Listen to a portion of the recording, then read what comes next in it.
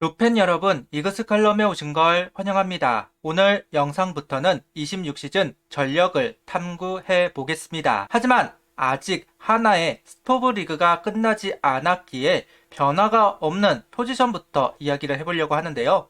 일단 포수 파트부터 시작을 하겠습니다. 하나 구단은 25시즌부터 포수 세대 교체를 이야기했습니다. 성적이 나면서 딜레이가 되기는 했지만 본격적인 세대 교체를 시작해야 하는 26시즌입니다. 저는 항상 우리 팀 최고 유망주는 포수들이다 이야기를 한 바 있는데요.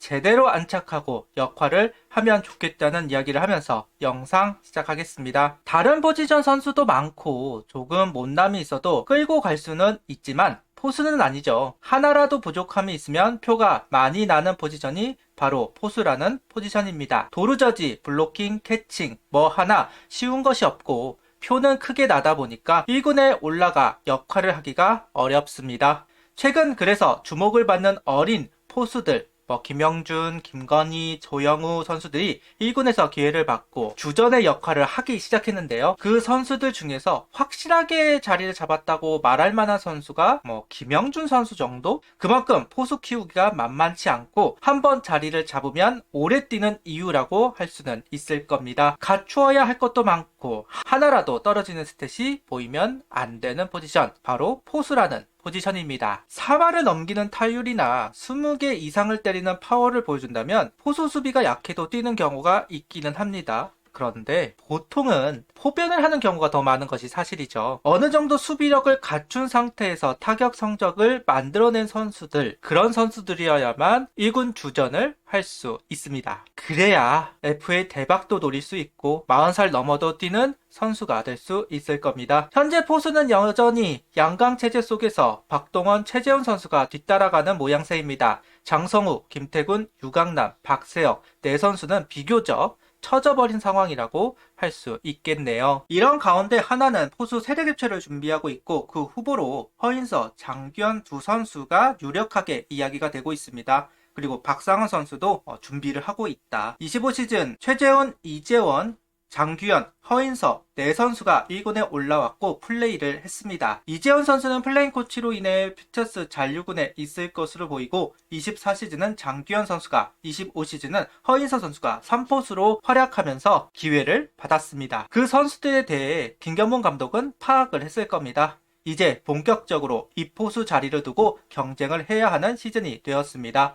반면 박상원, 허관의 두 선수는 현재 밀린 상황이기는 합니다. 그 아래 포수들이 현재 없다 보니 포변도 쉽지가 않습니다. 냉정히 박상원 선수는 포변이 아니면 만년 2군으로 끝날 것 같은데 어떤 행보를 보여줄지 좀 궁금하기는 합니다. 누군가는 차기 주전 포수로서 가치를 보여주어야 합니다. 포수들의 성적을 보면 20대 선수가 냉정히 약합니다. 어쩔 수 없겠죠. 경험이 워낙 중요한 포수라는 포지션이니까요. 김영준, 김건희, 한준수, 조영우 각 팀에서 주전으로 등장을 한 선수들이지만 아직 확실하게 자기의 가치를 보여준 선수들은 없다고 볼 수 있는데요. 그나마 가장 앞서 있는 선수가 김영준 선수이고 양의지 선수의 자리를 그래도 잘 메우고 있다는 평가가 있기는 합니다. 앞서 언급한 선수들 모두 각 팀에서 빌어주는 선수들입니다. 그만큼 기회를 많이 얻고 있는 선수들이기도 하지만 뚜렷한 성장세를 만들어가지 못하고 있는 것도 분명합니다. 정말 포수 키우기 어렵다는 것을 반증하는 것이 아닌가 합니다. 이재원 선수는 은퇴 수순이고 박상원, 허관의 선수는 경쟁 구도에서 밀려나 있습니다. 결국 26시즌 포수 경쟁은 최재훈 선수가 버티는 가운데 장기현, 허인서 두 선수의 경쟁이라고 봐야 할 겁니다. 향후 한화의 포수진은 두 선수가 맡게 될 것이다 생각을 하는데요. 확실히 최재훈 선수 체력이 눈에 띄게 떨어져 가고 있는 것이 사실이죠.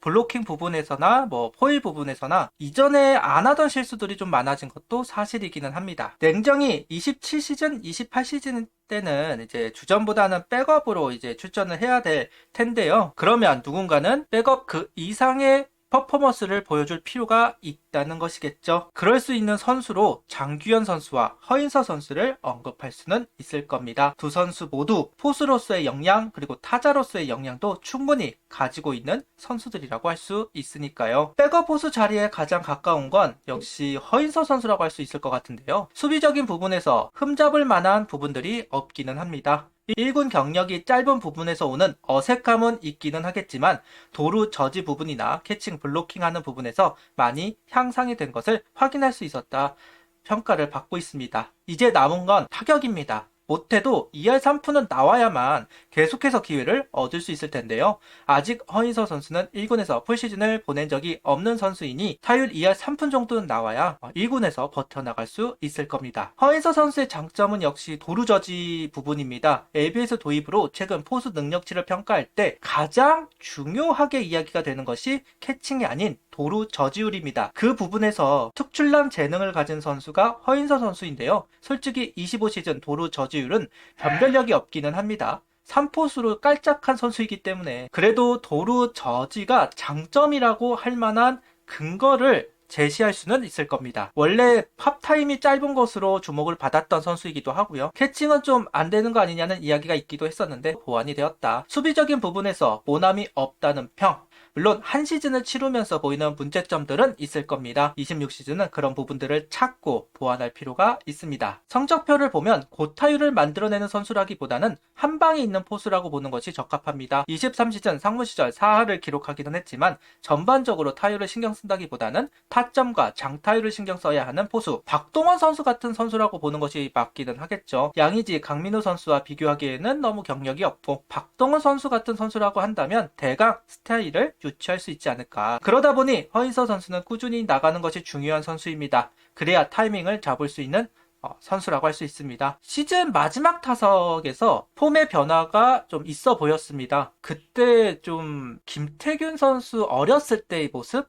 그때 느낌이 좀 난다라고 하면서 이야기를 했던 기억이 있는데요. 그 감을 좀 이어가면 좋겠습니다. 변화구를 공략하지 못한다는 약점 지적을 받았었는데요. 그 부분을 보완하기 위해서 약간 상체를 숙이면서 각도를 만들기 위한 폼의 변화로 보였습니다. 개인적으로는 괜찮아 보였던 변화입니다. 일단 백업 포수로 이렇게 보이는 가장 큰 이유는 김경문 감독의 코멘트가 있어서이기는 합니다. 내가 볼 때 앞으로 하나의 다음 포수는 허인서이다. 좋은 주전 포수가 될 거라고 생각하고 있다는 이야기를 했던 김경문 감독. 어쨌든 김경문 감독은 포수 출신이고 유독 포수를 바라보는 잣대가 다른 포지션에 비해 깐깐한 분이기도 합니다. 그런 분이 차기 포수로 언급했다는 점이 26시즌 포수 경쟁에서 가장 앞서 나가고 있다고 할 수 있는 대목입니다. 허인서의 가장 강력한 경쟁자는 장규현 선수라고 할 수 있겠죠. 24시즌 3포수 역할을 하면서 1군을 오르락 내리락 했던 선수입니다. 특출나게 잘하는 수비는 없지만 그렇다고 못하는 것도 없는 밸런스형 포수라는 평가가 있는 선수입니다.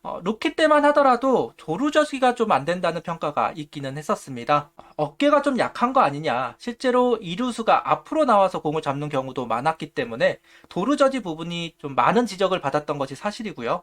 다른 부분들은 다 평이 좋았습니다. 최근에는 그래도 도루저지 부분에서 보완이 되면서 모든 수비를 잘하는 선수라는 평가를 받았습니다. 타격은 철저히 컨택 위주로 하는 선수입니다. 한때 장타력을 보여주려다가 전반기를 망친 이후로는 더더욱 컨택을 신경을 쓰는 타격으로 자신의 길을 정했고 25시즌 그 성과를 얻어냈습니다. 타격폼이 점점 손아섭 선수와 비슷해진다는 이야기를 한 바 있는데요. 큰 움직임 없이 공을 맞추는데 집중을 하는 모습을 보여주었던 장규현 선수입니다. 박세혁 선수하고 좀 비슷한 케이스라고 할 수 있겠죠.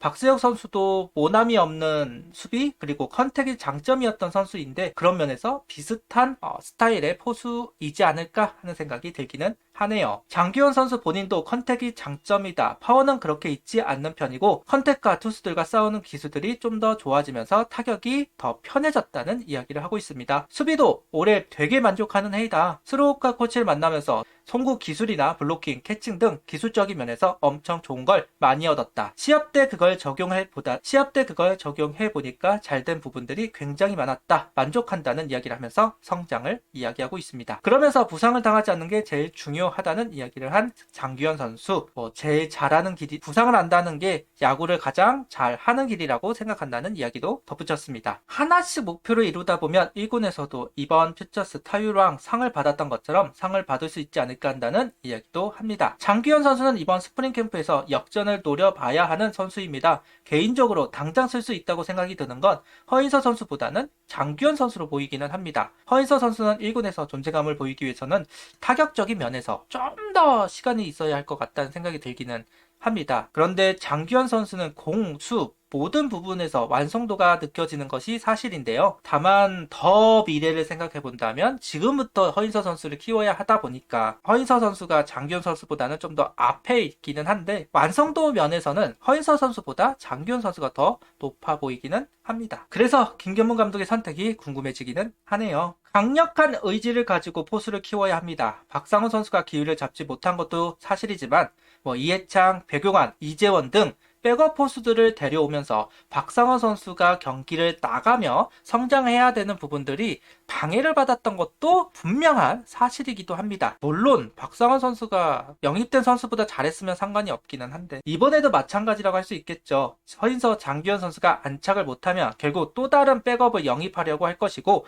그럼 똑같은 일이 반복될 겁니다. 강하게 밀고 푸시를 통해 안착을 해야 한다는 이야기를 꼭 하고 싶습니다. 허인서, 장기현 모두 중심 타선에서 역할을 해도 이상할 것이 없는 선수들이기도 합니다. 그만큼 포텐은 충분히 있다. 그러니 1군에서 퓨처스에서 보여줬던 것을 유감없이 보여주면서 최재훈 선수도 압박할 수 있는 한 해가 되어주면 좋겠습니다. 구독, 좋아요, 알림 설정 부탁드리며 영상을 봐주셔서 감사합니다. 하이퍼도 부탁드립니다.